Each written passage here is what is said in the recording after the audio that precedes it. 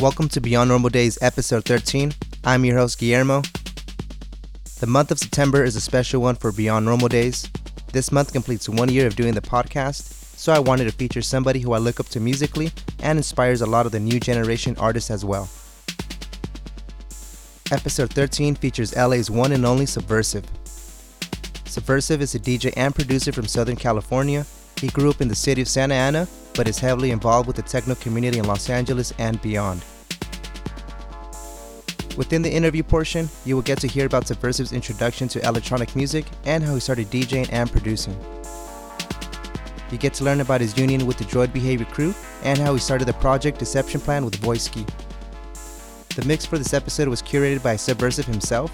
I hope you all enjoy the mix as much as I did. It's filled with pure heat. Make sure to support his recent remixes on Plural's EP, Relentless Harbinger, out on Northern Parallels. Follow Subversive on Instagram at sub_ver_sib to keep up with his endeavors and catch him play at a party near you. Follow Beyond Normal on Twitter at BeyondNormal_, and on Instagram and Facebook at Beyond Normal Official. And now please welcome Subversive.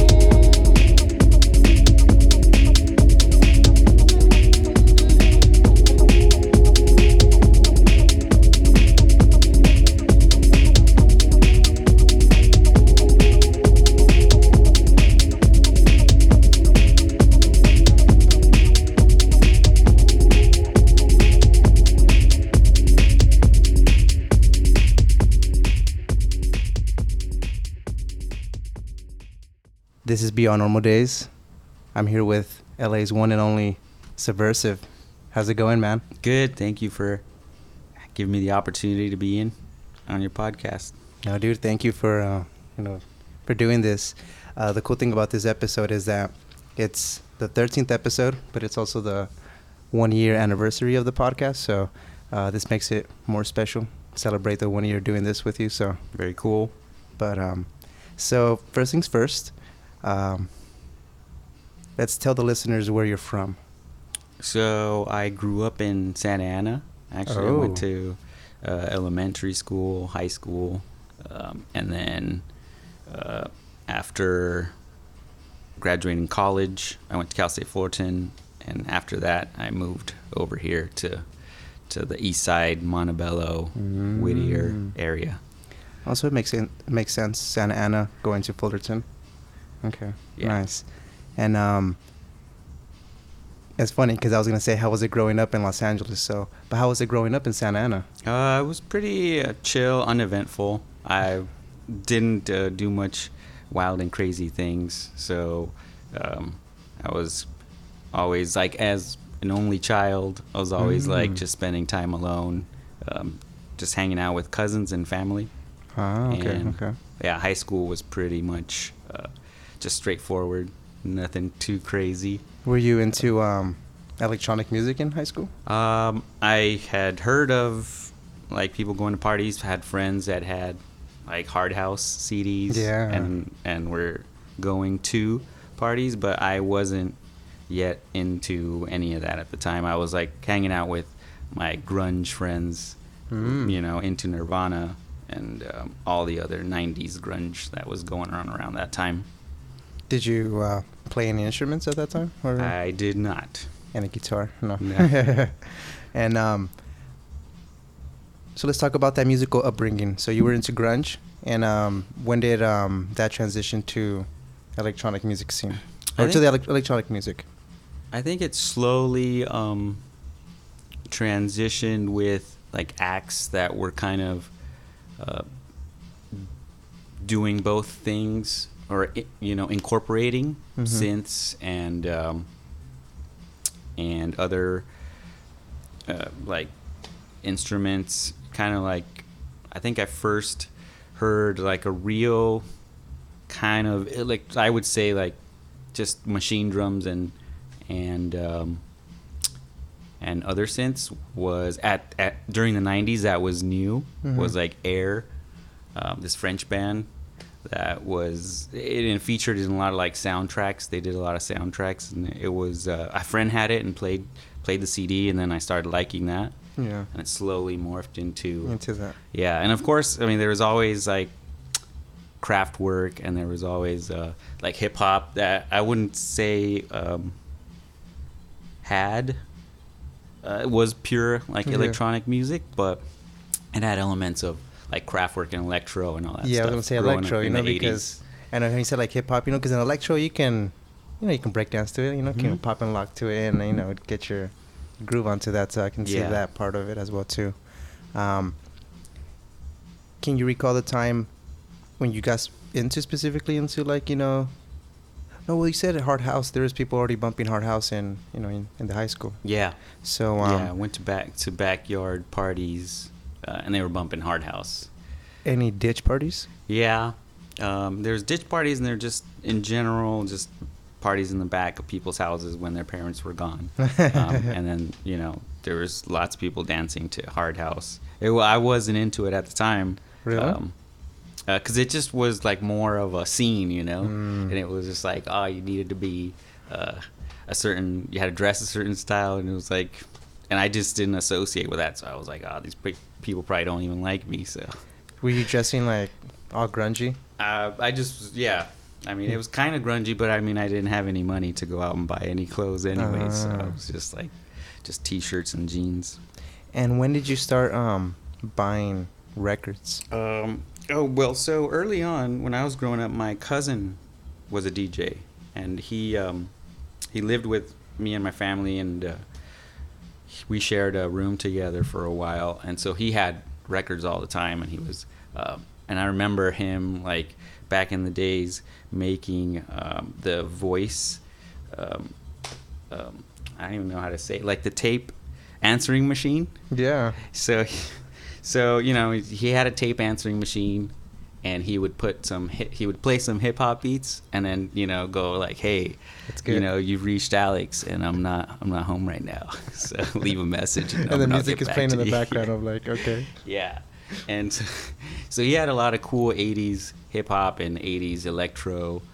So that was he was kind of like a major influence, like, but since I think I was like in junior high at that time, I really didn't I didn't realize what was going on. Yeah. You're just like kind of naive and oblivious, but liking the music. Was he into techno? No. So it's just like electro, hip hop. Yeah. Okay. And when did you start specifically collecting techno records? Because I read online that you would primarily buy techno records. I guess also, you mentioned due to the limited money.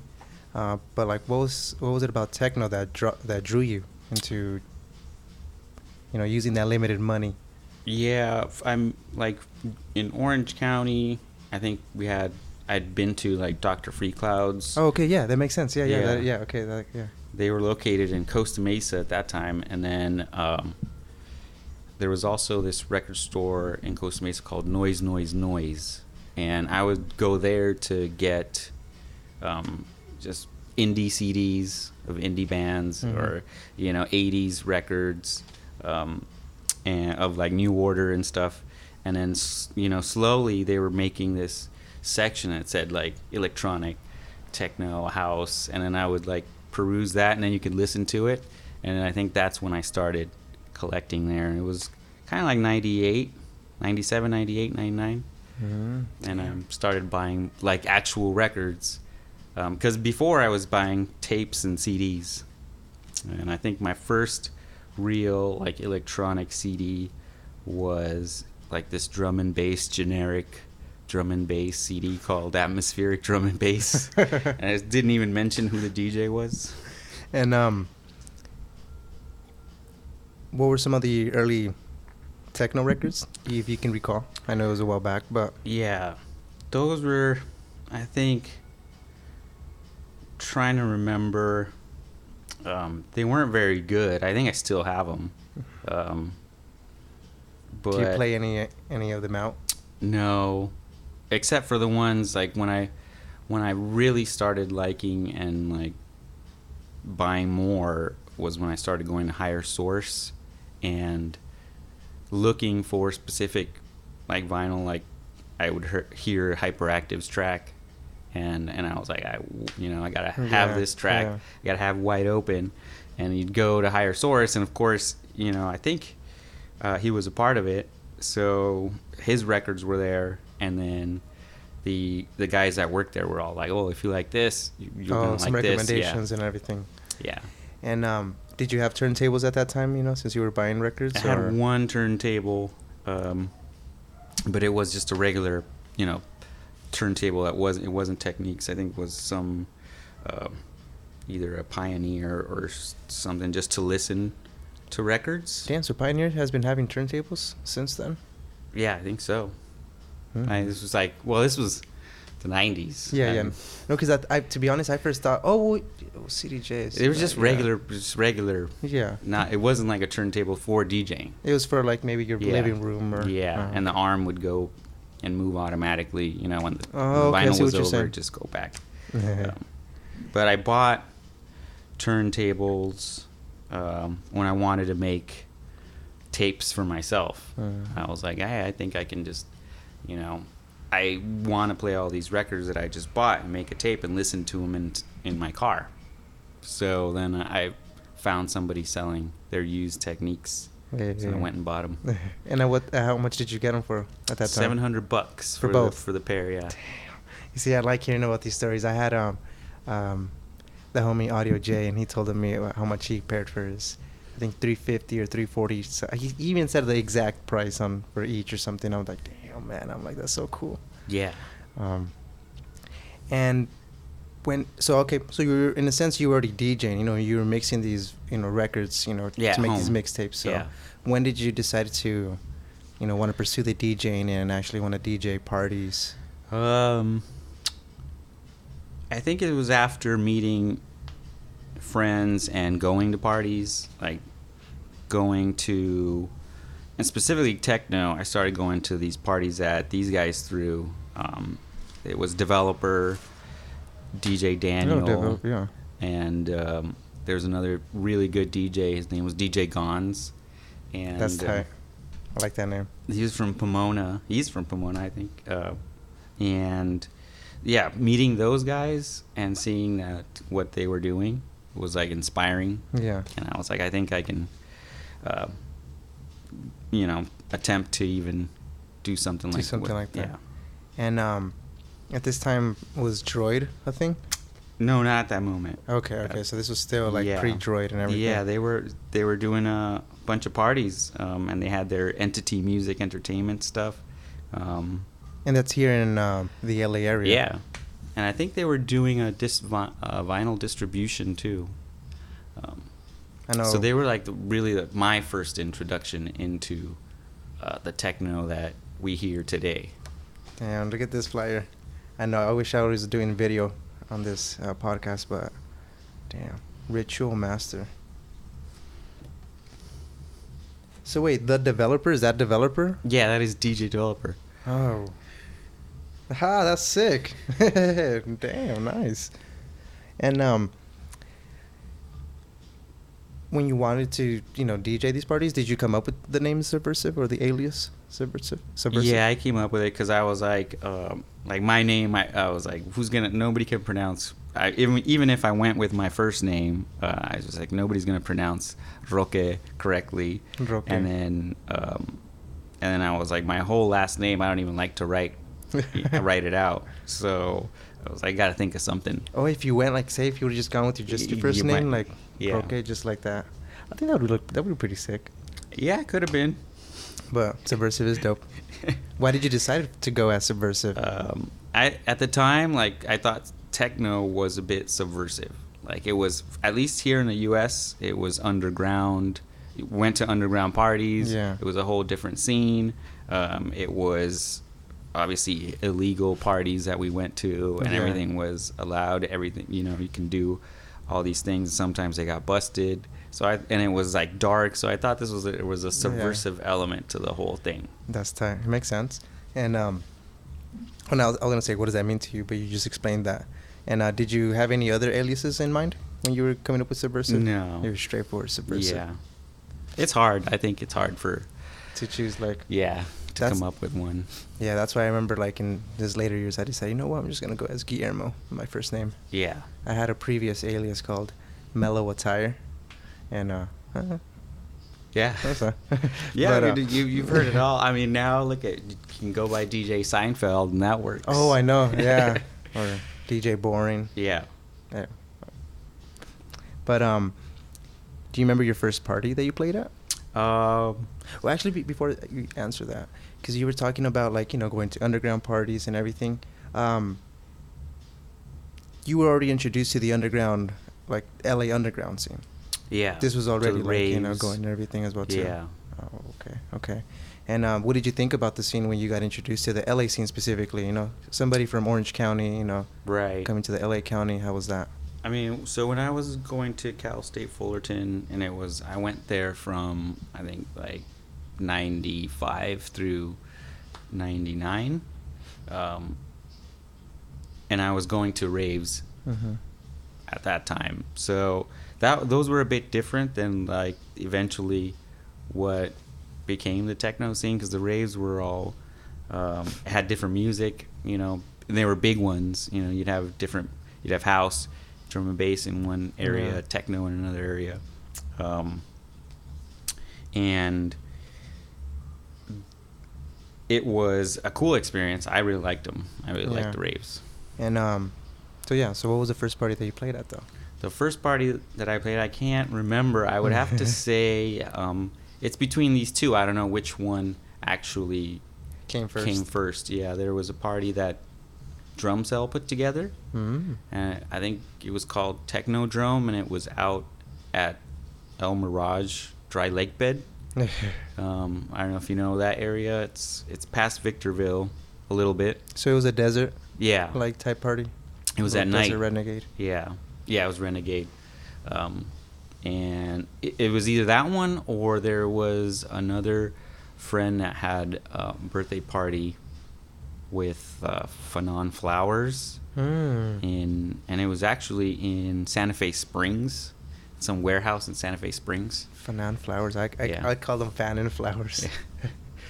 Yeah. So, and then so I played, I think, like the opening spot there. I think. And this was vinyl. Yeah. Nice. And so this is already, you're in Cal State Fullerton, correct? This is all still college. And did you graduate from Cal State Fullerton? Did you do the 4 or 5 years and everything?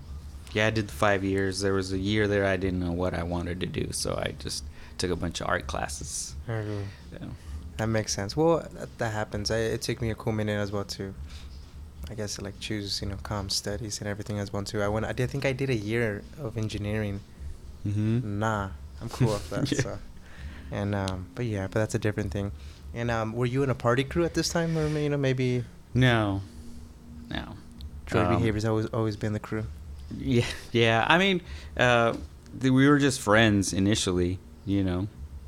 So it wasn't like let's assemble. Okay, yeah. Let's unite and form this thing. Yeah. Droid Behavior Productions. Yeah. Like now, people are very ready with everything. Yeah. Yeah. They have intent, and they have ambition, and they got their stickers, and they got their media already ready. Yeah, that makes sense. And I think when we got together, it was just, hey, what are we doing? I don't know. Should start something, I guess. But it was organic, because I always like to hear these stories that like you kind of didn't even know what you guys in a sense were starting, and then like fast forward and and then look back and see everything that you guys done. It's like, oh damn, like. I remember the first real meeting and like discussion for planning something was in Melrose Avenue or Boulevard. I don't even know what it is, but there was a store called This Is Music, and they wanted to have a weekly Friday night music, just DJs, and they called it Duotone, and they wanted like people there. And I don't know, I think Drum Cell set it all up, and he was just like, hey, here's Drum Cell, here's Vidal and Van Helis, and here's Tony, and like we had some other friends there too, and they're like, he introduced us to the This Is Music owners, and they were like, yeah, we're gonna start this weekly, and I think they did 1 week, and there was 2 guys. And then we did 1 week. So. And at this time, Droid Behavior, the name was. Yeah. Already started. Yeah. Did VRV come years after that? Yeah, many years. Okay, that was after. already. Okay. Yeah. Okay, we'll get to that. Yeah. And how would you describe the techno scene at that time when you guys were like starting to throw these weeklies? Or given the chance to throw these weeklies. Yeah, it wasn't as prominent as it is now, where like every weekend there's a techno event. There it was at that time, it was like maybe once a month, and I don't quite remember any. Like there was Green Galactic, I think, which is I think it's called Green Galactic. They were doing some techno events. There was a lot of one-offs, but not as many as there are today. Yeah. Oh yeah, and that's what I hear and everything as well too. When would you say that you started like getting recognized, with your DJing skills? That I don't know. I think it all just organically occurred. Yeah. I know that when we decided to be like this crew, and then we were like, then opportunities arose of like, okay, now we have a night, now I can DJ. Now there's talk of maybe having a party. So then I started just making CD mixes, and just handing them out at events, at the parties that you would throw. I mean, you would play at and everything. Yeah, or just you'd go to a party and you'd hand them out to your friends. Like I handed one out to Developer, to Gons, to anybody and everybody. I was like, do you think that would work in this? Yeah, I think so. Sarah, start passing out some CDs and everything. Well, now we got all the streaming services. I don't even know if CDs are still, if people have CDs at home. That's exactly kind of like in a sense in an ask, but I still feel like it would be sick when somebody makes like, I remember when I came to find out about VRV, I bought you guys' mixtapes on your Bandcamp, so even though I don't have no way to play it, I don't have, but I still, at least just a novelty item, but I still want to get a little cassette player, so I can bump those and everything. Yeah. And wait, you have the cassettes Mirror Shades? Is that yours? No. That's not yours? No, Mirror Shades is your... Yeah. I'm confusing it then. But you're thinking of VRV? Yeah. Cassette? Is there a cassette called... Yeah. It's not Mirror Shades. It's Permanent Heartbreak. That we... I don't know why for some reason I thought... Because I thought I'm like, oh, that's why you have it named. But never mind. So Mirror Shades we'll talk about a little bit later. But I saw a picture of you and Seth Troxler. Yeah. When you were pretty young. At this time, you were already recognized for your like DJing skills? I think here in LA. For sure. Yeah. You were already.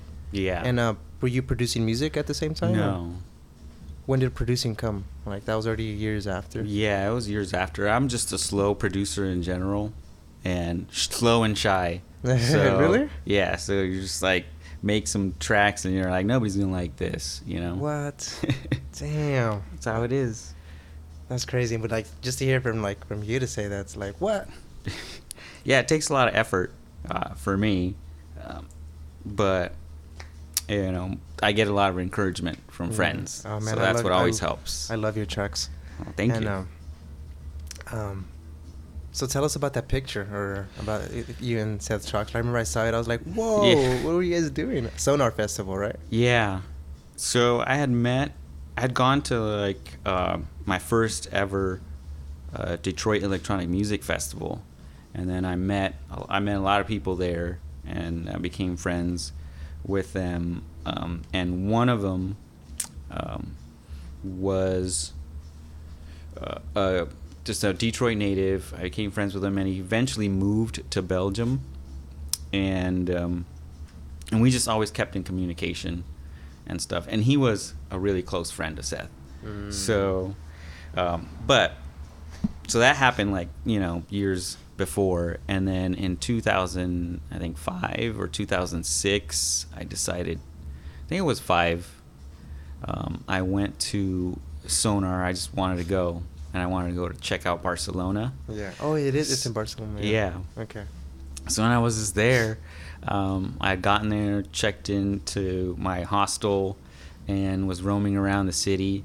And I saw this Detroit friend who lived in Belgium. And I saw him and his wife. And I think I was just like having a beer at a like sidewalk table, and he's walking by, and I'm like, "Hey, what's up?" Yeah. And he's like, "What? What's up?" And we were just like, both of us surprised to see each other. Yeah. And he was there for Sonar too. So I was like, "What are you doing?" I was like, "I'm just drinking a beer here." And I asked him what he was doing. He's like, "I'm gonna go over to meet our friend. We're gonna go get him it's his first time in Europe, so we're gonna go get him." And he's in this fancy hotel. So I'm like, he's like, "Come with me." So we went, and when we went up and went to his room, it was Seth Troxler. Oh my god! His first time in Europe. Yeah. Seth's first time in Europe. Yeah. And so then we started hanging out, all 3 of us. Was that your first time in Europe? No, I had been there before, and I had been to Spain. Before. So I went to Europe for the first time last year. Yeah, did you like it? Yeah, 80. It was for 80 Amsterdam. Oh, yeah. So Amsterdam is lovely. Yeah, Elijah and I, third project, were like, man, This is like, we should move out here, get a job at a record shop, get a job at a coffee shop, get some, weekend gigs, the life or something like that. That's ideal. But I love Amsterdam. it was amazing. We loved it. But damn, so that's cool. I just wanted to know about that picture. And then we just started hanging out, and we both didn't know anybody there. So then we just were. This was at that picture was Sonar by Day, which happens at their like museum, their contemporary museum, and it has a lot of acts, and it's kind of chill. Yeah. In some of the museum rooms, so we were just walking up and down the museum, and I snapped his picture. Yeah, that's And but you weren't DJing at the Sonar festival. I was just checking it out. Have you ever DJed at that festival? No, I would want to. Are you represented by like an agent or anything? No. So when you get your gigs, it's like... Yeah, people usually hit me up. Yeah. Direct. Oh, okay. Nice. There's been some through some agents, but they don't like maintain that representation. They're just like, hey, somebody wants to book you. So, what were you studying in college before anything? So, what did you go to school for? You said it took you a year to decide. Yeah, I was just messing around with art, and I liked going to college. I just liked the whole atmosphere. Yeah. So I wasn't in any rush to get out of there. But yeah, for a year I just fooled around with some art and drawing and stuff, and taking care of some of the general classes. Yeah, but eventually I chose computer science, and I went that route. And graduated with that. And at this time, when you were in college, Subversive, you were Subversive, like, getting gigs, Droid Behavior was growing and all that stuff. It happened more out after we finished college, I think. Oh, really? Yeah. Oh, okay. But at least in college, you were still DJing some? Just at home. Because I was thinking about it, like, imagine, like, you're in class and you're like, is that Subversive up front? Like, like... Yeah, no, I was just... At that time, I was just a fan, just going to raves and collecting. I didn't have enough records to... Did you go to any of the Insomniac raves? Or were there any at that time? Yeah. I went to whatever they had at their San Bernardino Orange show. Represent. So, I mean, what did they have there? They have... I've heard of that. Even EDC was there. Nocturnal Wonderland was if that was theirs. Yeah, it was theirs. Yeah. I went to Nocturnal Wonderland there. And talk about the actual now like involvement of like Droid Behavior. Like, when did actually you like join Droid Behavior? Because again, earlier off the record, or when we were recording, you said that we actually all you guys from Droid Behavior started hanging out because of how close you guys actually lived from each other. But you guys didn't even know that you guys lived that close to each other. Right. Yeah, I met like Vidal in he went to Cal State Fullerton, so I met him first, and I saw him at raves, and he had this orange jacket. It kind of looked like one of the orange cones out in the street, and it had a reflective stripe. So then I was walking through campus, and I'm like, hey, I think I saw that at a rave. Yeah, the guy at a rave. So, and then eventually we communicated through Rave Links, which was I don't know if it's still up, but it was a website, and you'd go in there and chat with other ravers. It's called Rave Links? Yeah. So you'd go in there, and it had a chat interface, so you could just go in there, chat while you're in class, and talk about raves, and talk about what raves are coming down in the calendar, and try to get with other ravers to go together. Yeah. So eventually we started talking on there, and then we figured we were in the same area, and then we just started talking in person, and we started liking the same music. Music brought us together because we liked the same music just all around. We have the same musical taste, so we connected like that. And then he introduced me to drum cell later on, and we were just all connected just like that, organically. Yeah. And there was no need to like, I'm gonna join like, let me try out. Let me jump try me in. Yeah. Jump me into the gang. Dude, imagine drum cell. Raiz. This time was Dean Paul in it? Yeah, Dean too. Okay. And then Hyperactive came after? Yeah. Because you know Hyperactive how because you mentioned that you were going to the record stores looking for a Hyperactive record. Yeah. So Hyperactive wasn't part of Droid Behavior at this time? No. Like he was managing, I think, the record store. I've heard some bits and pieces from him that he was part of the record store. Victor Carrillo. Yeah, I know. Yeah, he was part of it too, and he worked at the store. I think the one in Santa Monica. And yeah, I don't remember fully when I met Joe Hyperactive. Like I had seen him play and I liked his music, but I never went up to him to talk to him. Yeah. Until eventually, when I did meet him and talk to him, and it was just like, dude, the guy's really humble and nice and really good guy. And who were some of your DJs that influenced you at that time? When you got, at that time it was really Hyperactive. Developer, DJ Gons, this DJ Daniel. He was a Moon Tribe DJ. Oh. They were big influences, and one of their parties, and this one right here, they brought Regis and Female, and after that party, that really was eye-opening, because I really hadn't heard that style of techno before from the UK. That was really dark and heavy and chuggy. I've heard Surgeon, and and there were some other artists around, and the US techno wasn't the same. It was just more bouncy, I would say, or not as dark. Yeah. And then so when I went to that party and I heard Regis, and I was just blown away, and I was like, all right, this is a next level techno that one should aspire to. Yo, but look at the description on the back of this flyer. It's crazy. We will be having a ritual honoring the drum, led by Xochitl. Oh, that's crazy though. What the heck?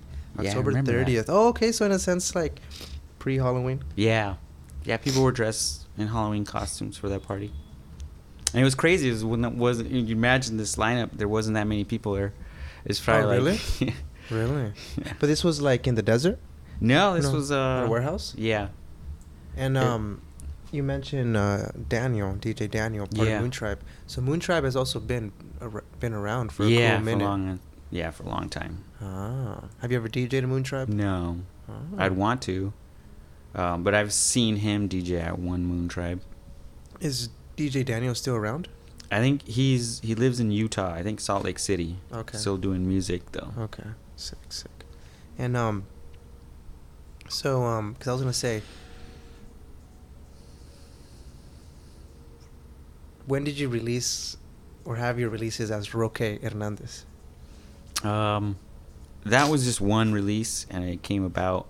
I think Santiago from H&B asked for some music. Yeah. And I was already working on one, and it wasn't I had the track all laid out. It wasn't mastered at all. It was rudimentary. But I liked it, and I always ask Raiz for help because they have a pretty dope studio and they have a good ear. My ear, I would say, is not very good at all. Really? Yeah, I or I doubt it, or I second guess it, and so I'm like, this doesn't sound so. The highs sound too high, so I'll lower the high, and I'm like, kick sounds too much, so I'll lower it. But then when I go over to Raiz's studio and I hear it on their with their better equipment, it sounds totally different. Yeah. Ah, okay. So then they did a remix of that track, and put some edits, and so then we submitted that to as the track. okay. Yeah, for his Historia en Violencia. Yeah, that's what because it's Santiago and Juan, right? Silent Servant. They both run that. So yeah. And you're friends with Juan? Yeah. Silent Servant, because he's part of yeah. He's a LA DJ. Right. The crazy thing about Juan is that at work, there's another lady who's, in a sense, she's a coworker, but we work in the same building but different companies. And I told her about, like, oh, you know, I DJ, you know, and I was going to Amsterdam for, you know, this techno festival. And she's like, oh, my husband is very close friends with a guy whose his son is a, you know, she said, like, a very famous DJ. And I'm like, oh, okay, cool, yeah. And she's like, oh, I'll get you the name, you know, like a couple of weeks later, whatever. Yeah. Yeah, she comes up to me, and before she even tells me, she's opening up the little piece of paper, and it says, Juan Mendes, Silent Servant. And I was like, oh, shit, Silent Servant. I'm like, yeah, I know who that is. And she's like, yeah. She's like, I guess, you know, their dads, you know, her husband and Juan's dad are, like, been friends for a cool minute. So that's pretty cool. Yeah, so that's cool. I want to, you know, if I shoot my shot at Juan, I'll be like, hey, so I know somebody who knows you, I guess, in a sense. Let's see what. Yeah, he's a pretty nice guy. I think he's very approachable. Oh, that'd be sick. Yeah. I approached you through the web, so. Yeah. That was funny too, because I was scared when I sent that message. I was like, you know. Yeah, no, I think all the guys pretty approachable.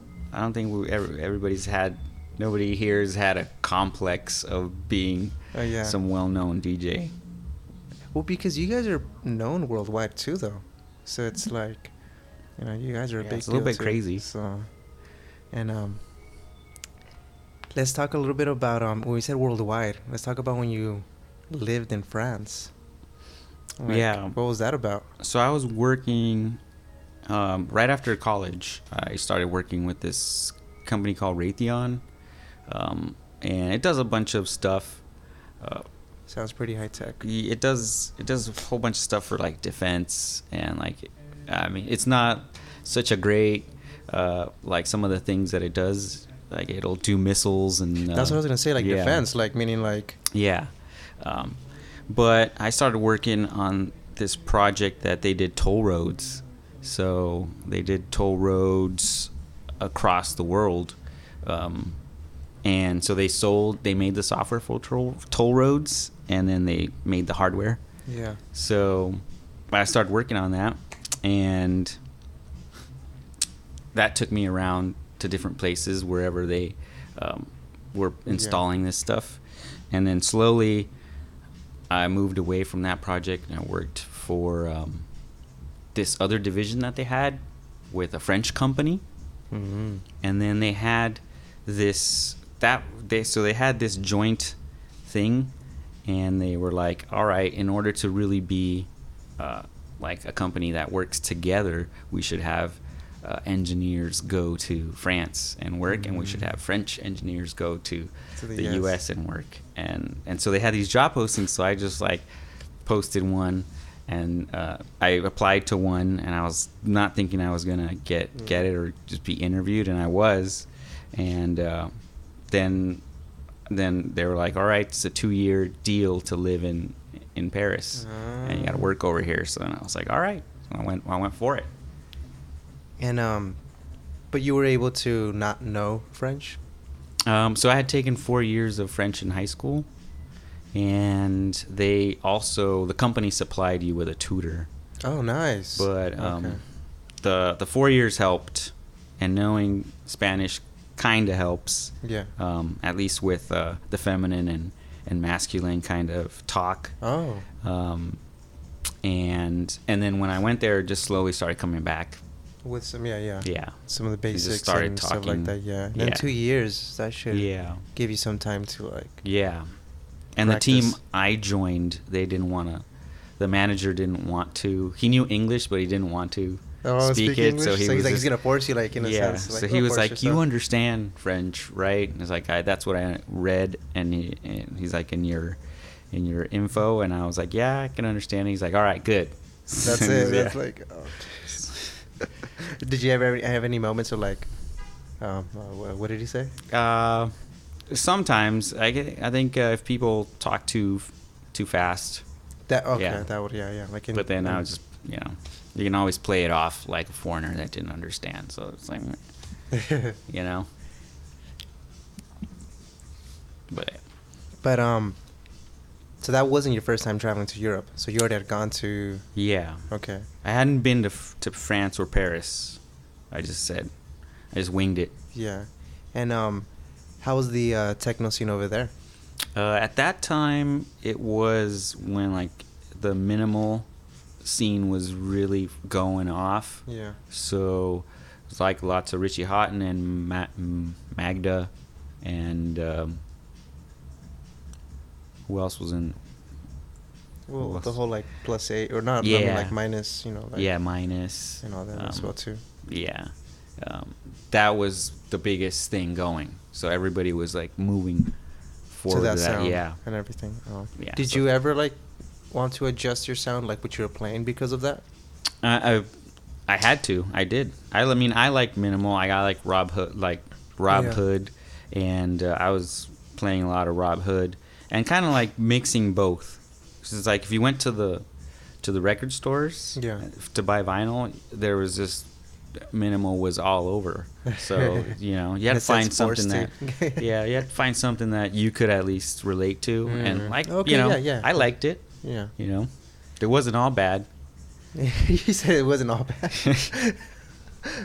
Well, it eventually just got saturated. Yeah, and everybody just started doing it, and so eventually when it just gets that saturated, you have the original artists that came out with some good music, and then you have just people then copying whatever they did, and that didn't sound as great. And at that time, what year was that? That was 2006 and 2007. Do you think minimal even kind of came back like years after, like like in not I would say 2000, let's say 2014, 2015? Do you think minimal, like in a sense, kind of like had a little resurgence at that time? Or what would be your perspective into 2014 techno? Yeah, not as like that style. I think maybe another type of minimal. But I mean, not that it was all bad. I liked it. It's just one of those things that I think people got tired of big room techno, and then this style took over as being like that the population liked. And everybody was getting booked, and so the clubs were just all having that, and so then other DJs that were playing big room weren't getting as booked anymore. Yeah. But Europe had like, I went to some festivals at that time, and they had one big area with minimal, one big area with other like main techno heads like Jeff Mills, Derek May, and they had that and minimal. Okay. And back to the when you were living in France, you united, or how do you say, like you joined forces with Voisky? Yeah. And that was in France. Yeah. That was it was really happened just randomly, which we both think is crazy. Yeah. So this was my first week in Paris, and I was in a hotel and figuring out what to do, coming home from work, and then reading like, oh, you should go here for a happy hour, or like the happy hour here is happening, and it was really close to my hotel, this one bar. So I went in there. It was like a restaurant bar, and it was just seemed a bit on the douchey side. It was really nice. But everybody in there had a suit and a tie, and it just seemed like the after, business crowd. And the music that was playing was horrible, but they like seemed to enjoy it. So I was like, whatever, I'm just gonna have a drink here. It's close to my hotel, and this bar is whatever. So I went and I was having a beer, and I asked the bartender for where were some good vinyl stores and stuff, and he was like, I don't know, and he's like, wait a minute, and then he goes to some corner, and then there's like a group of his friends there, and he tells them something, and they start laughing, and so I'm like, oh man, I'm like, well, I wonder what he said. So then they come over, and then they're like, oh, you're like you're. So they ask me like, what are you doing here? And I tell them, and then and they're like, well, what's up with you? And I was like, oh yeah, I just asked him like if he knew any cool vinyl stores, because it's my first time in Paris. Yeah. Where can I get some vinyl? And then this one guy goes, what kind of music are you looking for?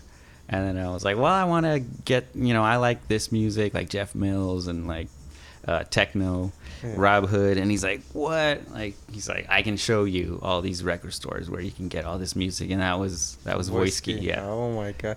Do you remember why they even left? I don't remember why they left. I think maybe the bartender told him like, look at this guy, he doesn't even know where he's at. Like, and then they asked me like, what are you doing in this bar? Like, right, that's exactly like, because if you're into that, like, why in this bar as well too? What were they doing in this bar though? So they were his friends, so they were getting free drinks. Ah, okay. Oh my God. And so you guys formed Deception Plan. Yeah. And then so that happened like years later. So the whole time I was living in Paris, was friends with Luke, which is his name. That's his name. Okay. Yeah. And we became really good friends. We still talk to each other. But there was one time I went over there, and this was after I had come back from France. Okay. I went over there on another trip for work, and I was just hanging there for a month, and we started just... at that time, he was now making music. Okay. When I met him, he was not making music. Oh.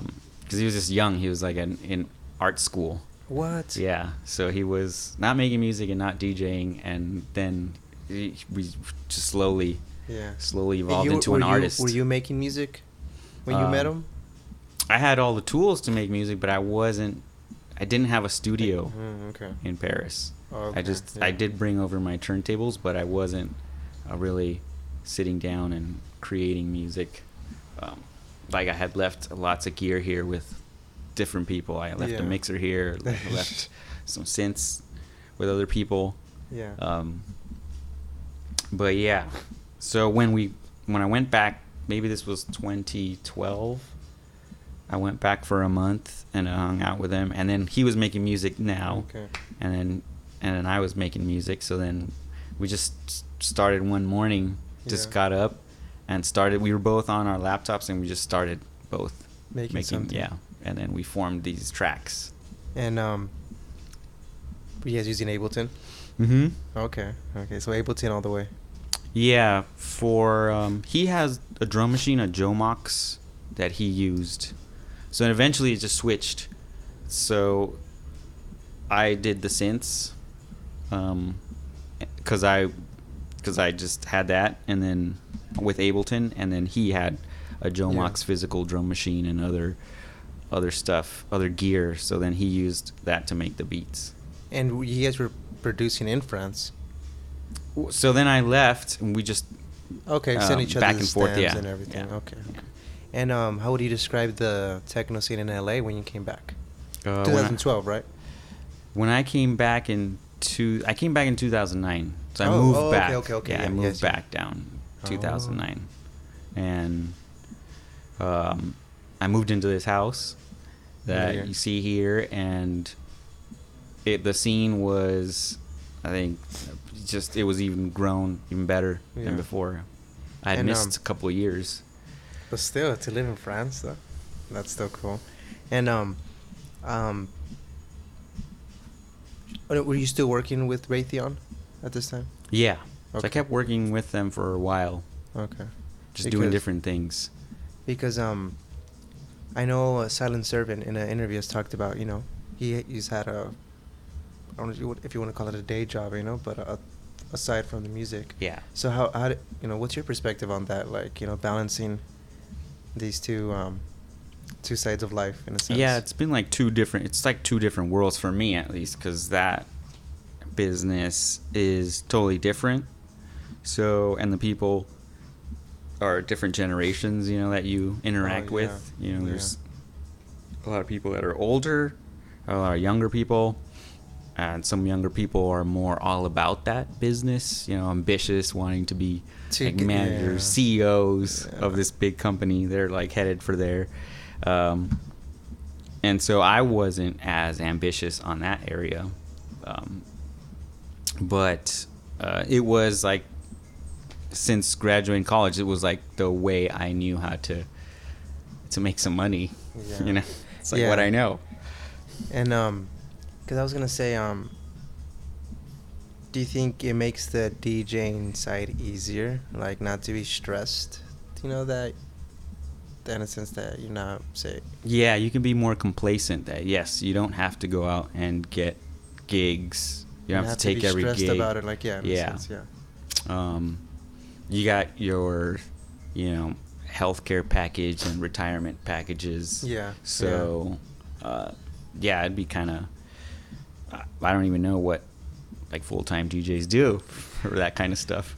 Oh yeah, I know. Well, yeah, that's that's the tricky. Well, just musicians in general, you know, they don't. There's no healthcare and everything and all that stuff. So I guess having a day job, you know, a full-time job would be ideal in that part, you know, that aspect. Are you still working with Raytheon? No, I switched companies. Now I work with Northrop Grumman, which is the same. They do the same kind of stuff. Missiles and everything. Yeah. I don't know if they do that. Like I haven't. But it's in the defense. Yeah, what we do is for space and satellites. Ooh. So they're making this space telescope. Whoa. Yeah. So that's kind of cool. Did they give you guys like any telescopes? No, it's like this big thing, this big giant thing for JPL or NASA, one of those things. Oh, that's pretty sick. So that's what the company's doing here. Like the company's so big, you know, I don't even know what else it does. Has anybody recognized you from your job, like, or like No. recognize what you do? No, you don't. I keep it two separate worlds. I feel you. That's damn. Because then when you're like there, they're gonna ask you like, oh, you know, if they know you're a DJ, or you know, it's like family members as well will be like, oh, then do you have any Dead Mouse to play? Oh, okay, I was like gonna. you're hanging out with family. Yeah, so they ask you, and or then, like, hey, do you know about this DJ? I saw him in Vegas, and then they're like, they show you who it is, and you're like, oh, yeah, I've heard of him, but meaning. And what does your family think about like your success and your experiences? They're not even that.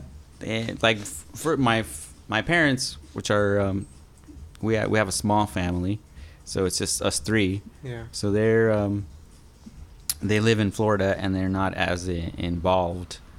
And I've shown them some videos and stuff. Yeah. So they're just always been laid back and chill. Like, cool. Just like, that's cool. Yeah. And you don't have any siblings, any like? No. What about your cousin, the one that used to play hip hop and electro? What does he think about that? He doesn't know, because now he's older. Now he's probably like in his 50s with his kid. Now he just takes care of his kids, which are like, I think they're big sports stars in college. So he's involved in that world. Oh, so he's doing all that. Damn. But you're athletic too. Yeah, I run. You like running, So yeah. Earlier before today, you're like, I'm running. Yeah. So, and I seen a picture of you too with your little number. Yeah. So. Yeah, I was doing some half marathon, I think. In high school, were you into that? No. That came like. Just came later. Yeah, I wasn't athletic at all. I just didn't have any like. I like watching sport. I like watching sports. I watch soccer and football and basketball and stuff and baseball. No skateboarding? I'll watch them all and I'll go. Yeah, skateboarding too. I'll go watch it all. Like I'll go to a Dodger game. Last thing I went to was a Laker game. But I found that I'm good at endurance. So do you think that's helped you in the dance floor? Yeah, it does. It helps you a lot. So not everybody's equipped for endurance kind of stuff. Like I know a lot of people hate running. I have a family friend. I know he was into soccer for the main thing, and then he got into track, because I know it's not cross country or either or. I think for which one we got into, but it makes sense. You know, in soccer, you are running a lot. Yeah. So it goes with the running aspect of track and cross country. And you know, let's go a little bit back into your DJing career. When you first started getting memorable, like, you know, gigs or, you know, recognition, did you see it as something as like, you know, something stable? I can do this for a cool minute and push it, you know, and maybe make a living out of. Yeah, I could. I still think about it. It's just never. I don't have that sales about me where I, you know, try and sell yourself. Oh, like market yourself. Yeah, like, yeah, marketing and stuff. I just don't have it in me. Like I always just feel just weird and queasy about it. I don't know why. It just seems sometimes a bit goofy, but that's just my feeling. It's, you know. Yeah. I see that it works and people are doing what they love. Yeah. And sometimes I don't know. Sometimes I would feel I didn't want. It's kind of going back to that pressure of having to have a gig. Sometimes I feel like I didn't want to play a certain lineup, or I didn't fit in. You know, the people wanted me to play, but I was just like, I don't think I fit in this lineup. Yeah. Damn. That's pretty interesting. Damn. So then that pressure takes, you know, like, yeah, I have a job, so then I don't have to worry about that. When I've seen some DJs, they don't care. They're just gonna take gig that, and everything as well too. Yeah, that's why seeing or reading that interview or that article of Silent Servant, how he says that, well, he says that he has the, you know, his job to kind of keep balance and have routine and not get sucked into the whole like full-time DJing environment and what comes from full-time DJing and everything. So and what do you think about that, like, you know, like mental health and stability and being able to, like, in the scene? Like, yeah, that is, I mean, I think all the guys I've hung out with are pretty stable. Like I've been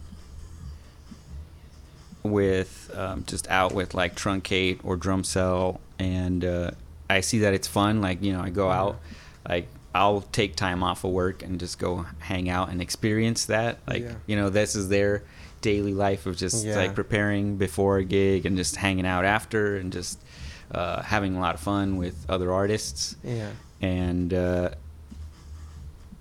it does provide a balance that is that gets you out of that world, because it could easily just be fun and then it's like fun, but then you're like, gonna have the bad parts of it, which inevitably will come. What's your perspective on that? You know, when sometimes like people who don't understand the electronic music scene and, you know, the different niches of it, like, what's your perspective on people who sometimes think like, oh, it's just music for people who like drugs? Or yeah, I just don't think they understand. This is one of the reasons why I thought it was like subversive to begin with, because it's not for everybody.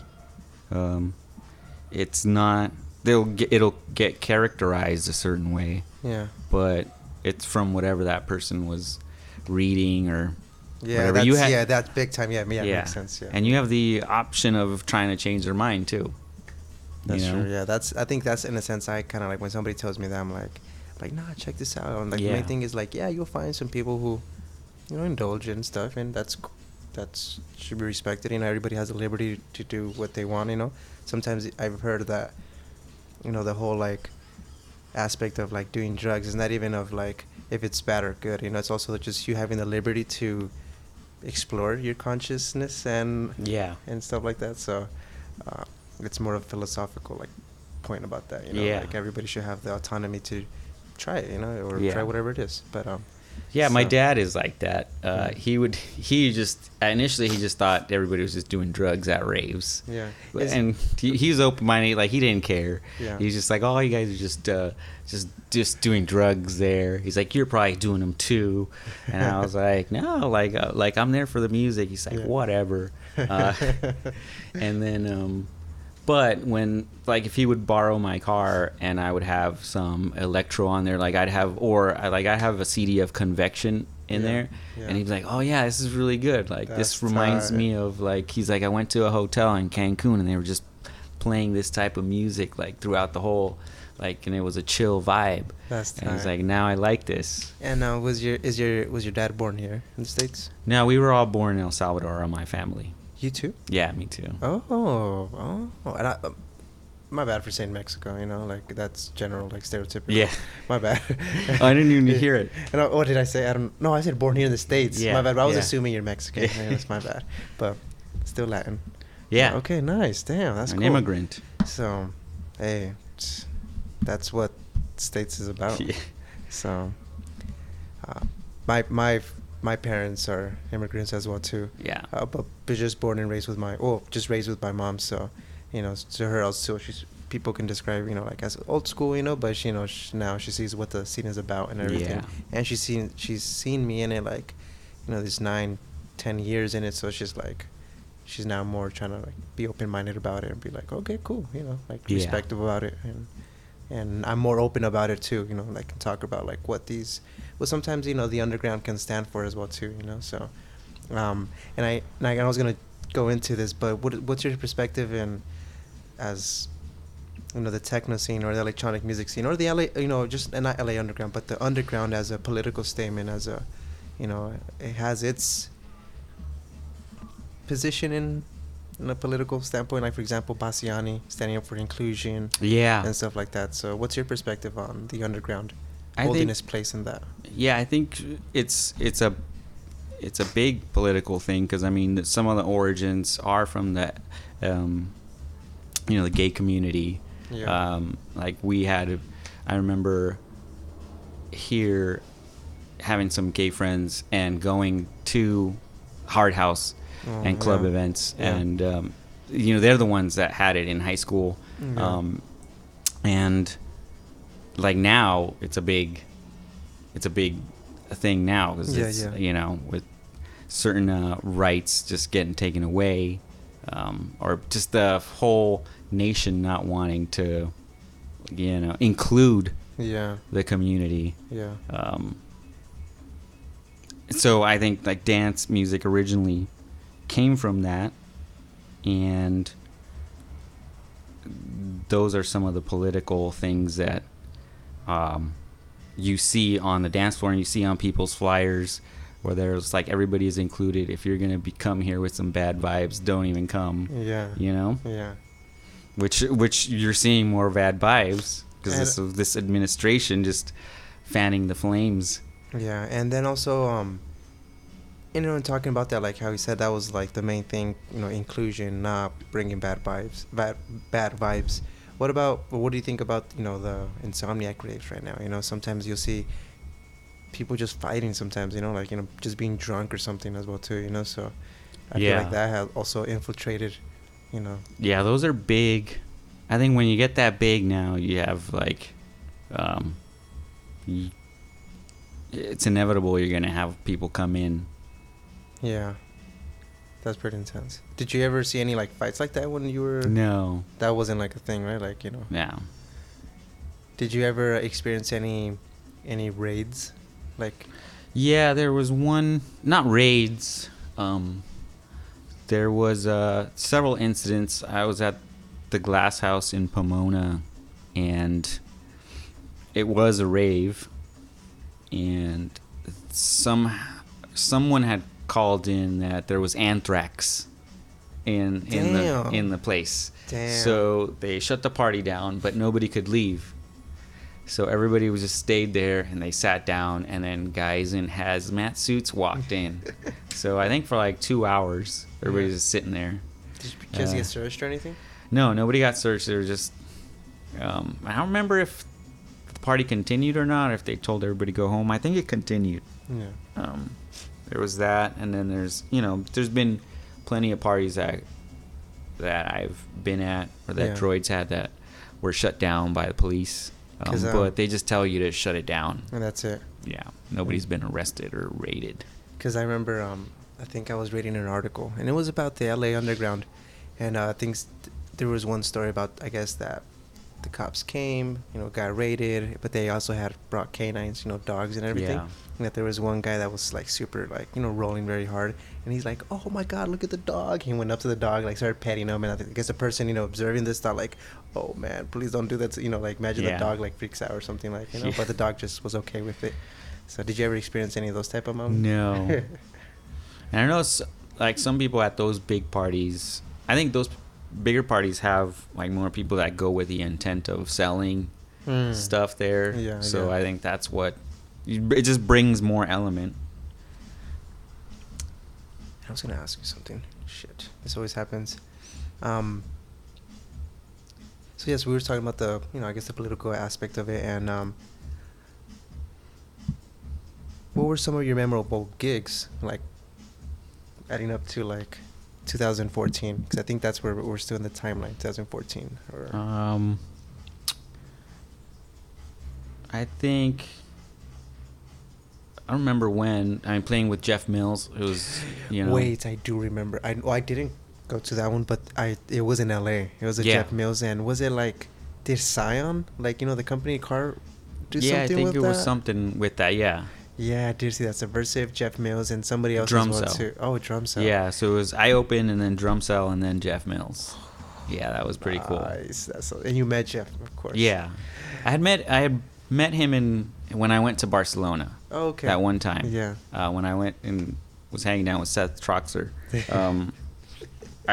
He had this thing at this, I think, Paco Osuna's record store. Mm-hmm. So he had a in record store thing.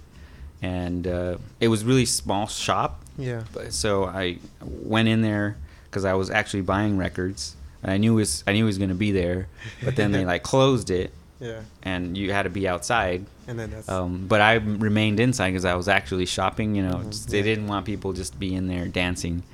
But yeah, after he played, I was kind of annoying him and pestering him for for a picture. And I talked to him there. He's a quiet guy, so. Do you ever get any people coming up to you like, "Hey, can I get a picture with you, Subversive?" No, not really. I think I always fantasize like, or not fantasize, my bad. Yeah. No, but like always imagine like, dude, it's Subversive. Also too, like talking to my homies like, "Yo, I'm gonna go interview Subversive on Friday." They're like, "Fuck, dude," I remember when I told. I told Annika that once, when I had confirmed with you, and she gave me a hug. She's like, "Yo, congrats," and everything. I'm like, "I know, this is sick stuff," That's cool. And talk about the Interface 41. You played alongside Ben Clark. Yeah. I mean, that was a really great experience as well. I really love Ben Clark, and he's an amazing DJ. And I don't know if that one was where there was this weird guy. I don't know if that was. Were you there? No, first of all? no. Yeah. To be honest, my first interface was, I think, 2 years ago. Yeah. Like the last interface, actually. I can't remember if, because I think we've had him twice. Is it a weird Maybe? guy like playing? No, there was a weird guy that was in charge of the warehouse. He was like in charge. It was some kind of warehouse, and this guy like lived there. He was in charge of just maintaining it, making sure nothing bad happened to it on a regular day. Now, this one was a party, so he was. I think it was I think it was Ben, but he got a little bit drunk. I think, way drunk, and he was kind of aggressive. Yeah. And was being like kind of bothering Ben. Ah. Yeah. So, but we didn't know how to like handle it. At least I didn't know how to handle it because it's like, guy lives here. Yeah. And then he's being aggressive, just in his face. And Ben was just like, "What are you doing?" Well, DJing. Yeah. And he was back. He was just wandering around anywhere he pleased because it's his spot, I guess, whatever. But still, damn. Just kept giving him more beers to like appease him and stuff. But in the end, I think eventually he blew up he got angry at somebody, and I think the cops came and got him. I took him away, I think. From his own I'm spot. not sure. Yeah. Because he got it really aggressive. I think that was towards the end while we were cleaning up. Oh, okay. Yeah, So the he party was had already just- ended yeah. and everything. So Yeah. at least that's damn. But yeah, that was the Ben Clark was there. Yeah. So. Do you remember Yeah. your set? I do, but I remember his set better. It's Yeah. like it blew me away with some of the like unreleased stuff that he had. Do He you always know- has more stuff than one than Them. yeah than me at least. Do you remember the interface with Jeff Mills? Or was there an interface with Jeff Mills? No, huh? I don't think so. Oh, okay then. I don't know why I always thought there was a Jeff Mills interface. But it was the most likely that Jeff Mills party that you played. Yeah. And how do you feel about interface coming to an end? That's like bittersweet. Like I don't think I would want it to come to an end.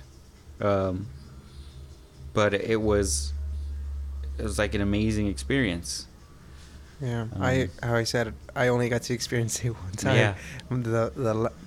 My first one was the last one, and it was pretty dope. At least I Yeah. got to experience it one time.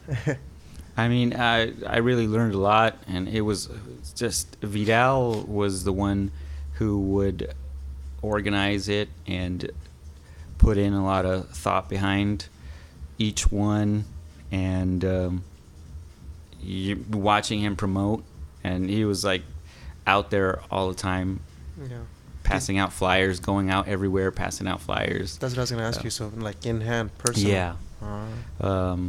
He was just a real hard worker, just doing everything, setting everything up, and then like he would gather everybody to set up, tell us to get to the warehouse at Yeah. 3 and start doing things, so, contributing our part Yeah, to of the course. group. Yeah. So, but yeah. Are you older than Vidal or the same age? Because I know I am he's older. Because I know Vangelis is the Yeah. older one out of them two. Yeah, we're the same age with Vangelis. Vangelis. Yeah. Oh, so he has the same age and Yeah. Vidal I think is he's the younger one. Yeah, maybe 3 or 4 years younger. Who's the youngest out of all the droid guys? I don't know. Maybe Dean Paul. Yeah, I think there was a picture of. Not sure if you were on Dean Paul's and Truncate's story a couple days ago or a couple weeks ago, and it was like some old school or some back in the day pictures, and there's a picture of Dean Paul and Truncate in the studio, and Elijah sends me the picture. He's like, "Hey, you and Dean kind of look alike." And I was like, "I'm like, I actually did think that too, but I didn't want to be the one to say that." He's like, That's funny. But yeah, so,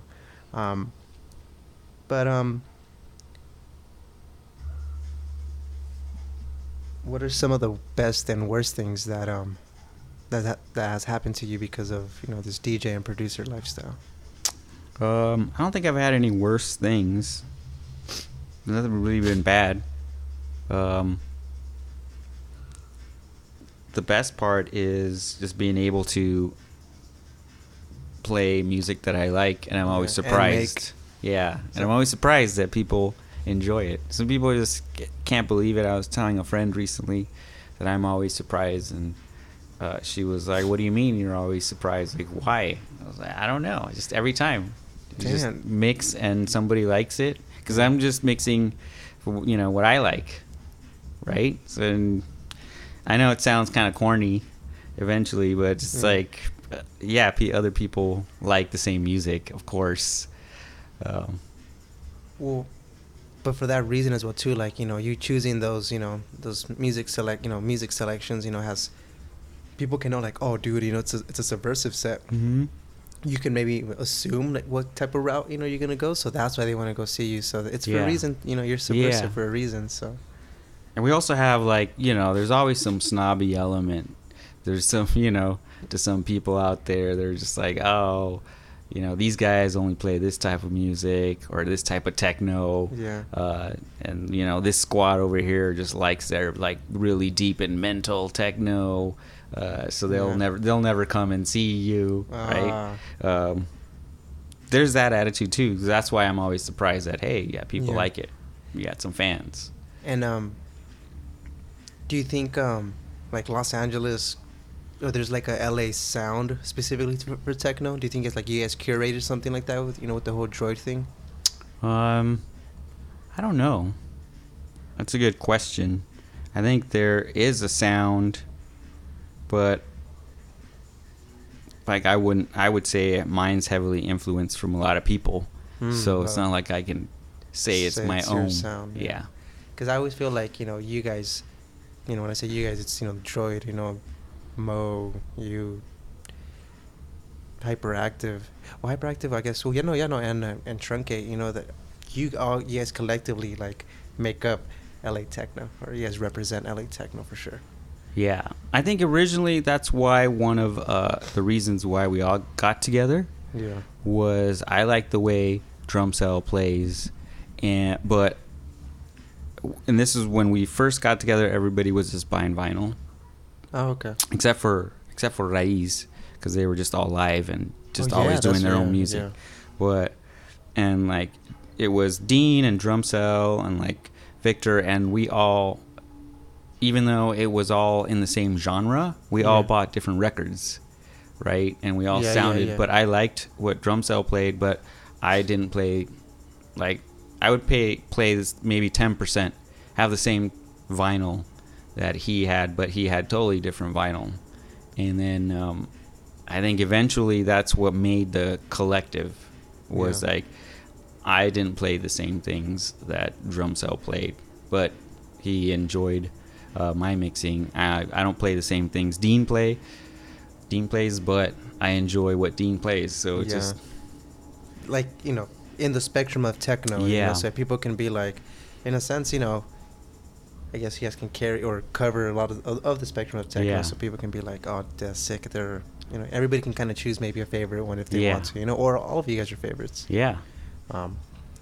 And you host a night at the Lash, right? Yeah. Because I basically barely found out that you host that night. So I saw, it's called Mirror Shades. Yeah. And Billy from 138, he told me that you host it. Yeah. So how did that come about? Just like spur of the moment, I guess. It was Jason from Black Lodge, Force Placement. Force Placement, yeah. He's the one that actually reached out to me, and he said that they had asked him to have a techno night on Tuesday, and he just said his Black Lodge is doing a lot of things. Like they have their monthly, they have radio, they have everything. So he's just like, do you want to go ahead and do it instead? And he's like, if you do, I'll introduce you to the booker, KB. And I was like, sure. And that's how it came about. Yeah. You had Santiago, yourself too, right? Yeah. You played Yvonne and Billy. Yeah. I honestly thought that was a new DJ. I was like, oh, I wonder who she is. And then when he said, yo, catch me, I'm playing at the at the Lash, I was like, what? But then I asked him about it, so. Yeah.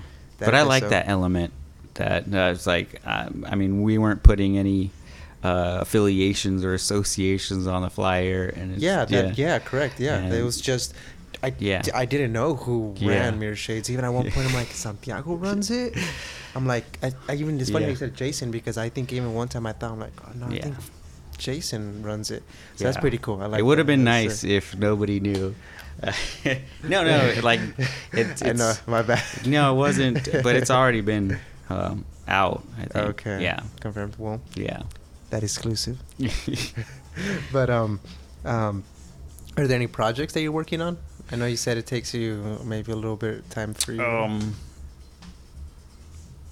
Not right now, but a project I did work on earlier in the year is just going to get released for Northern Parallels. Oh yeah. So it's Mike Durer. I hope I'm saying his last name correctly, but he runs Northern Parallels. Yeah.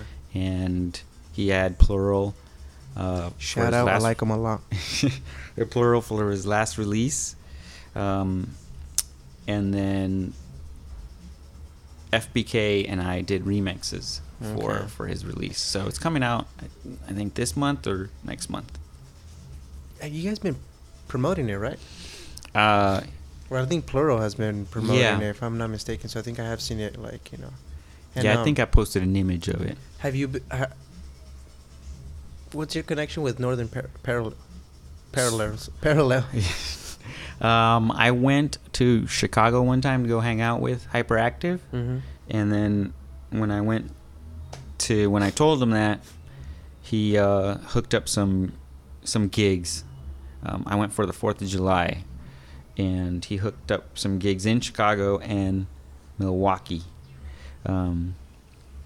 And so one of the gigs, I think Mike had set it up, and it was called, I don't know if it's Exit the Bar or Exit was the name of the gig, but Mike played first, Yeah. and then I played after, and then Joe played as the headliner, and it was a really cool spot in Chicago, and we had a really fun time, and that's where I met him, Okay. and then we just connected from there.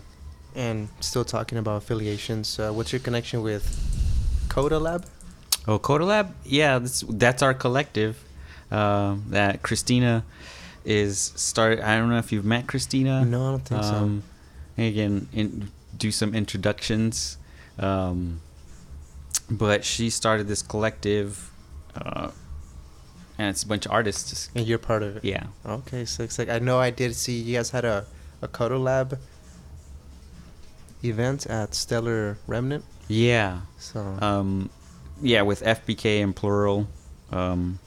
They were in town, and it was for a record release. Oh, okay. Yeah, and for The Fallen on Records, I think. Mm. And yeah, she put it all together. And you play frequently, like on the weekends sometimes, you know, like vinyl sets and everything. I know you're playing one this Sunday, if I'm Yeah. not mistaken. So my homie Billy Badlove, he's got an amazing vinyl collection, and he's an amazing vinyl DJ. I really love his collection. He's got so much really quality tracks, and he just puts together, like, Yeah. he's putting together this thing on Sunday. It's called Vinyl Sundays. Yeah. He's asked me to come tag along with him on at other one of his gigs. He's a really cool guy, so he asked me sometimes to tag along with him. Yeah. That's the I know every time I see him, like, oh shit, Subversive's playing. I'm like, and then vinyl sets and everything. So Yeah. No, I didn't get to see you. I was gonna say, I think I saw you at Misfit, but I didn't. I wasn't able to. I know Elijah and the homie Roscoe. Mm-hmm. I know they said they talked to you that night as well too. But they Yeah. said you get to play. I think you told them about a story about. It says that the nights that you guys wouldn't throw a party or there wasn't a party going on, that a bunch of you guys would get together and just mix at Yeah. home and everything as well too. Yeah. So was that a common thing? You know, like, you know, Yeah, it mixing with all was. the homies getting together. Yeah, we just get together at, Yeah. like at people's houses and just mix Yeah. like all night. Damn. And you said people's houses, so different. Did you ever host anybody at your house? Yeah. Like at that time it was like in an apartment. I think I had some people over. We just mix, Yeah. have friends over and mix. Yeah, damn, It just that's so tight. happens friends were all DJs. So. Damn, that's so sick. And when I asked you if you have any projects, like, you know, that you're working on, I saw on your Instagram, so it says Subversive / Sub-Zero. Oh yeah. Talk about Sub-Zero. Sub-Zero I just like to use as the electro part. There we go. Yeah, Like I like electro. yeah. And I'll do some electro mixes. I haven't really been like stamping anything Sub-Zero. Yeah. But, Okay. But But I have seen your Sub-Zero mixes, right? Like, Yeah, you know, yeah. like, yeah, Oh, on, yeah, yeah. on SoundCloud, and that is the electro part of it. Yeah. So that's it. that is true. Yeah, I did stamp 2 mixes already as Sub-Zero. But, you know, Yeah. okay then, sick. So do you Yeah, I'm think not we'll gonna be I'm not gonna make some separate now Instagram or some separate Sub-Zero. social media. Yeah, just And talk about social media when like that came about, because you got to experience, you know, the DJing without stuff. any of that. Yeah. Social media just helps so much. It's a good tool to get to know like people around the world. Yeah. That's And what's get your music. Yeah, like- that's what's the best about it. Because I remember before the very first Detroit Electronic Music Festival movement, that I went to, I know people were carrying around their records, and that that they had made, like, people with their own labels. Yeah, that's what Mo talks about, right? Yeah. That's with Raiz as well too. That, Yeah.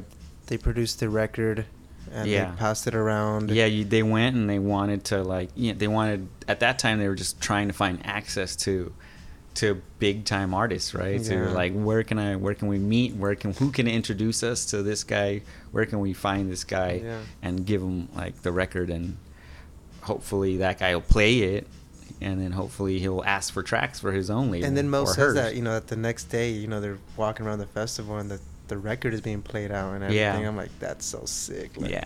that's something out of a movie. I still think, like, man, somebody should direct that. Like, imagine a couple kids, like, yo, we're gonna pass out these, these records, and you guys are talking. Were you there at that festival that time that you guys went? Yeah. Okay. And then, like, imagine walking around the next day and you're like, yo, what track is Yeah. that? Like, yo, that's our track. Yeah. Or something like that. So that's sick. That's still something out of a movie. And Yeah, so that's what we used to do yeah, before social media. Yeah, my bad. Yeah, no. And you know how social media also, like, I guess, projects, or it's easy to create this fake image. Did you start seeing that around as well too? Like, or like, the whole image of the DJ started being played out, and kind of like, because even Trunky, I think one time said, he, like, sometimes like, he's like, it's kind of like not bittersweet, or sometimes it's kind of like, it's hard to introduce yourself as a DJ, because again, how you said, they think you're like maybe like the showboaty DJ, or a DJ that plays like certain like top 40 tracks, or is like playing the main stage at EDC or something like that as well too. Yeah. Did you start seeing like a big blow up of those type of like DJs? Like, they're not even talent.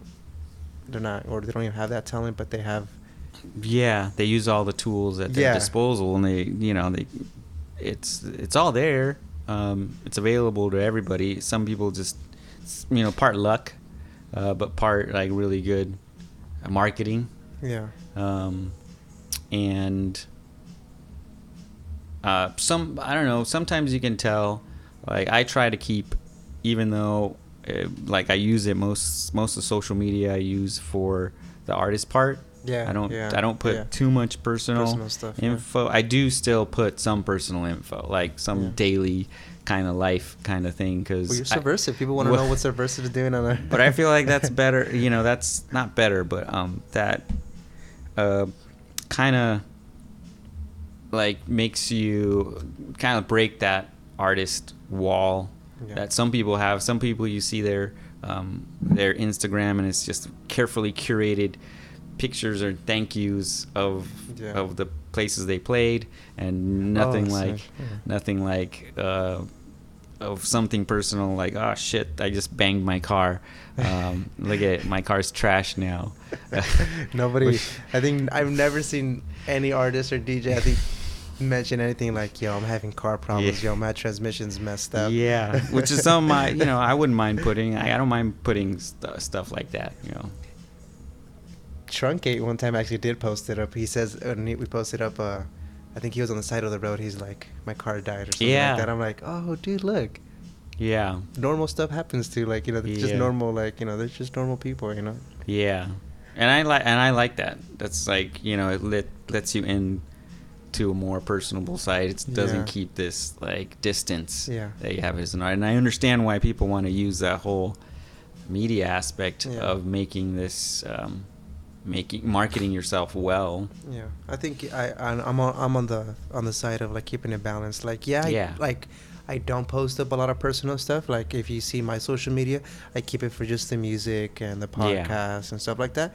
But I'll post up some stuff on what I'm doing on the daily basis or something like that. But I try to just keep it like that, because I think since when I started using social media, it was already, like, social media boom and everything. So my first years of social media, I was tweeting everything, I was posting everything, which is bad, Well, I don't say it's bad or good or whatever, but to me it was bad. I was just posting every unnecessary thing, so in a sense that became a weakness, and then I don't know, it just kind of messed me up. Yeah. But then I kind of had to reprogram myself and use social media smart and not kind of like Yeah. burn myself out. Yeah, you don't want to burn yourself out. That's the main thing that I kind of wanted to say is just burning myself out, like Yeah. posting everything. So, and some people, I guess, can argue like, no, it's about being transparent, like everything. But I guess that's you if you want that. Mm-hmm. Yeah, you gotta have balance. Yeah, like for I sure, like for your sure. your description. Balance is it in everything. You want some balance. Yeah, true. But what is what does the future hold for you? Or what do you think the future holds for you? Because I know we can be fortune tellers and be Yeah. like, okay, this is gonna happen.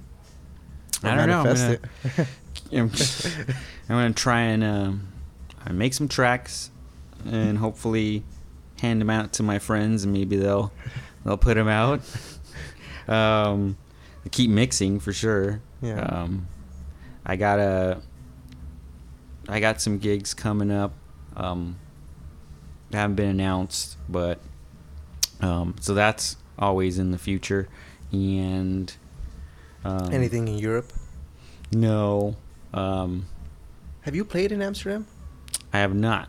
Because there was a interface at Yeah. ADE before, Yeah, I went right? there. Yeah. Okay. I went during that interface. It was pretty cool. No, was that the same party when you guys did something with Reactor? Yeah. I remember Template, Danny.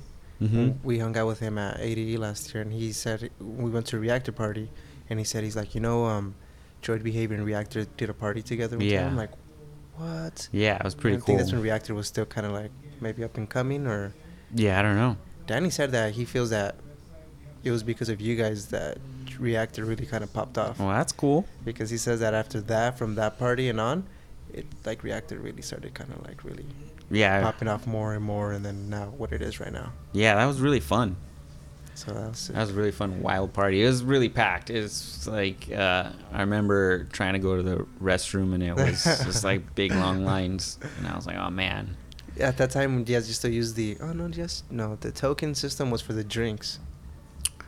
Yeah. Did you guys use token system at that time? I don't know. Because I know at 80 right now you buy a certain amount of tokens, Oh, yeah. and you just trade them in for like Yeah. drinks or balloons. Yeah.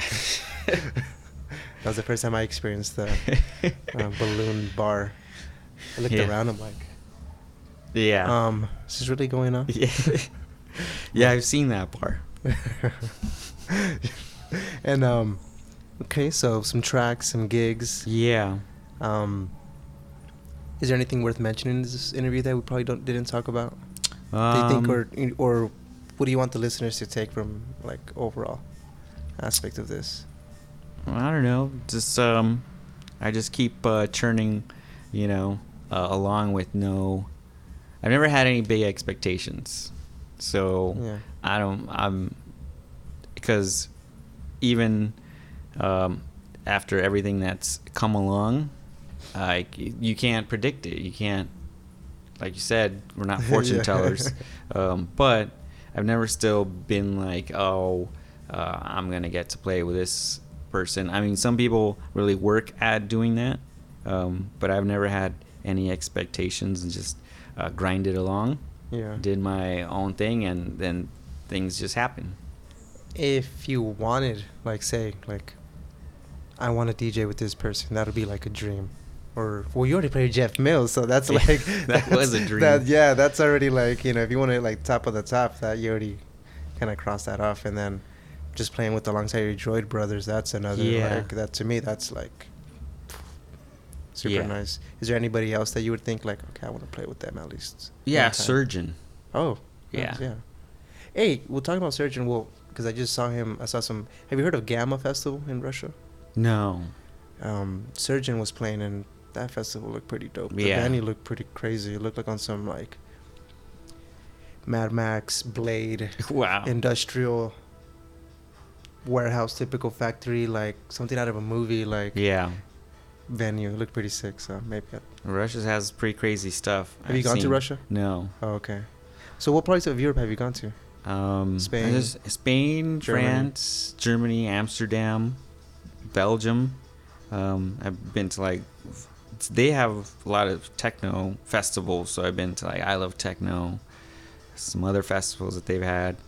Been to the UK, early on, Yeah. like really early on, we all made a trip. It was the Raiz and me and some other friends. Yeah. And we made a trip to go see Aphex Twin in some really northern, I don't even know, eastern English town called Great Yarmouth.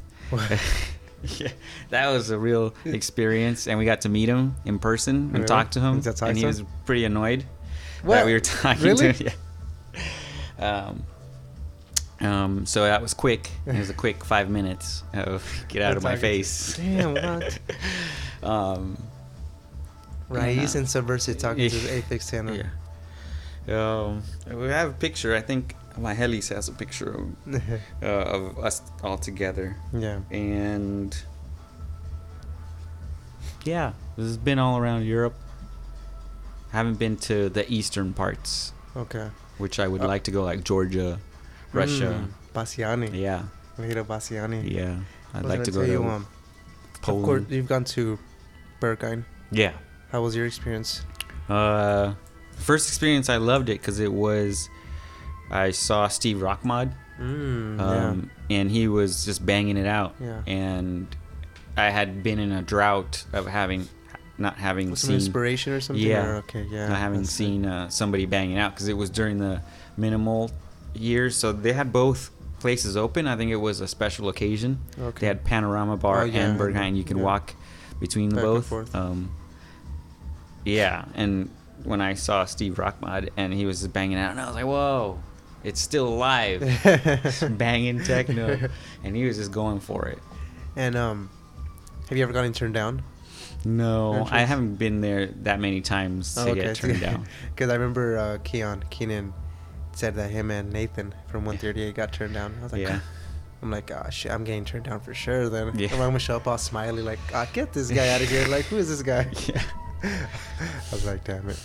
But okay then. So before we just sign off and everything, I want to say thank you again for. Yeah, thank you. No, this is awesome. This was pretty cool. I still want to ask more questions, but we'll save that for another one. All right. But before we sign off, let's tell the listeners where they can find you on social media. I'm mostly active on Instagram. That's Subversive. Yeah, it's sub_ver_civ. Oh, you're right. Yes. And I'm sure if they go to your Instagram, they'll find me. Yeah. And then on Facebook, I have an artist page. I don't go on there that much, but I still do. And I think that's Subversive. I think the E's are 3s on there on Facebook. That's it. I don't have Twitter, and I don't have LinkedIn. LinkedIn. I have a LinkedIn. It's funny. I don't know. Wait, who has a LinkedIn? No, I don't know. I thought a DJ had LinkedIn, but I have a LinkedIn, but my job created it low key with their work, But yeah, and SoundCloud. Oh yeah, SoundCloud. And do you have any on Bandcamp? I do, but we just have the label. Oh, VRV. Yeah. Yeah. Okay, but nothing Subversive Right, specifically. yeah. Okay. So, YouTube channel? No YouTube. No YouTube. Yeah. All right. Well, I don't have enough content to but make still, a even YouTube. with the content that you have is dope. I have a VRV, a couple VRV, and I think one is yours, Subversive, and it even has Yep. the limited number how many have. Yeah, on these it, are all so- by hand. so- These are all handmade. I know. I keep looking at Yeah. that, and that's the Subversive. I mean, that's a No, VRV, or yeah, well, that's a VRV. I think that's a Raiz release, and I think Vangelis did all that, all the. well, because I know their the sister pattern. also does stuff, right? Yeah. Does art. She does stuff. the she did Vanessa. the label inserts for my releases. Yeah, and a yeah, couple those are other sick, ones. Yeah. Damn, that's tight. What about that picture right here? That one is from a collage artist. Her name is Jax Areola. And I think she showed one time at Over the Bridge. I don't know if you know that, a venue place. Is it shop? yeah, it's a record shop, a yeah. tiny one. I've been there once. Yeah. I've been there once. Yeah. Yeah. So that's been there for a cool minute as well too, over Yeah. the bridge. So I think he had collage artists there, and I bought. Oh, that's sick. Yeah, I think he had Vanessa. Yeah, because and- Vanessa does like, you know, like Yeah, collage like yeah, stuff. Yeah, that's her that's so main, yeah. sick. Yeah, I know. I know she made Mike Monkey. Yeah. Yeah, like a sick ass like one like. You know. Yeah. So that was pretty dope. But okay, then that wraps it up. All right. Cool. Thank you again, everybody. This was the Subversive episode of Beyond Normal Days. Thank you again. Thank you. Alrighty, y'all. Bye bye now.